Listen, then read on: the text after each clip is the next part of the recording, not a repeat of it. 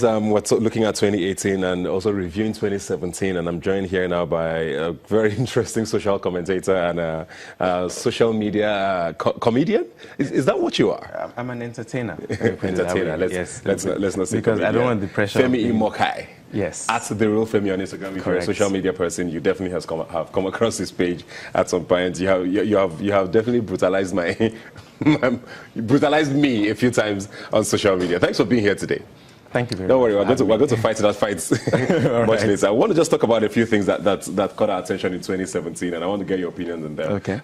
First of all, the Minister of Information did get a lot of heat last year when he had the drama with the Jollof Wars, when I think it was Richard Quest who visited Nigeria, and there was this talk about which jollof rice was the best, and he said Senegal, and he came back and said, he misinterpreted the question and said it was Nigeria. Nigerians were not having any of it. What did you make of that? I just want to say, can I just say something to Richard quickly? I just want to say to Richard, which camera should I look at?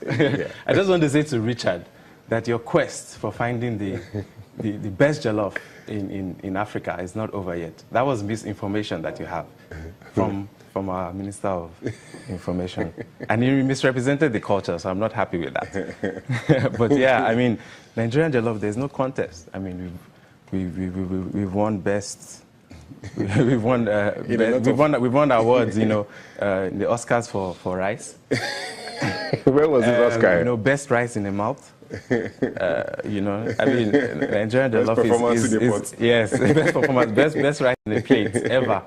But do you think Nigerians overreacted with the way they handled? I mean, he did come out and say, "Okay, I got the question wrong. I actually think it's Nigeria." He thought they said, "Where did it originate from?" Yeah, where did it originate from? That's what he said. He thought the question was. I mean, but it was clear when Richard Quest asked the question, right? So, and the war has been between Nigeria and Ghana. And he now took it to Senegal.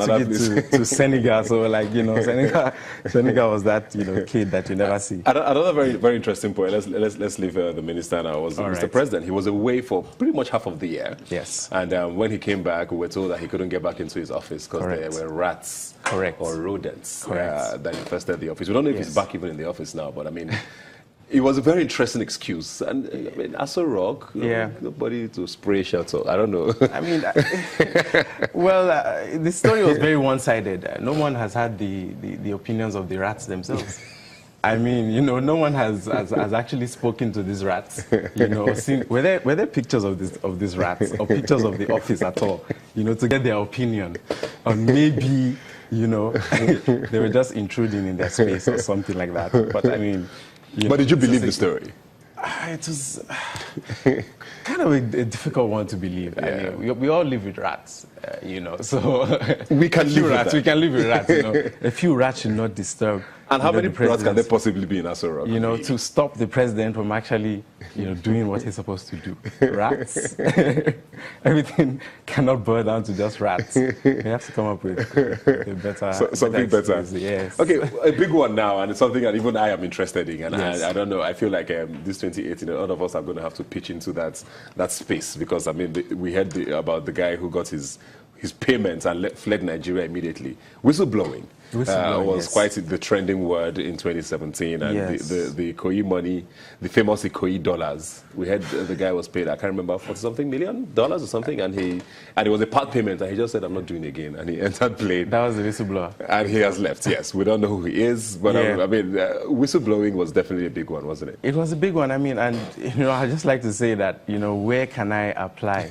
Or where can I, because I believe I can blow whistles of different types. I mean, I'll blow to your tune. I can blow, whistles, any type of whistle you give me. I mean, 19 billion naira, I believe that was what was found, is a huge amount of money. And if I'm to get 5% of it, I'll blow.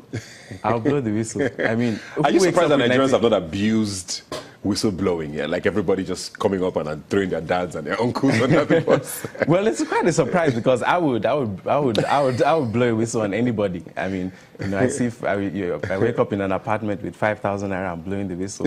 Any amount, I want my cut. I want my cut. So if there are any whistle blowing employees out there. There's an agency. It's an agency, yes. I'm a professional whistleblower. But safety is a fear for a lot of people. I mean, on a sort of a serious note, I mean, if you had the opportunity, or if you're in a position where you knew someone, or knew someone who had stolen funds, and but you feel safe enough. I mean, in a country where you know that you can be found out, so an uncle can trace you. I mean, is this something that you think people are sort of comfortable with? Is that probably why it's not as popular as it should be? People comfortable with blowing the whistle? Blowing the whistle. I mean, because of their safety. Because of their safety, yes. I mean, if someone had 20 billion naira, I would know how powerful he is. Exactly. So I'm blowing the whistle on him, then, you know, I'll be scared for my safety. I mean, when I withdraw like 20,000 naira from the ATM, I feel very powerful. What about 19 billion? You know.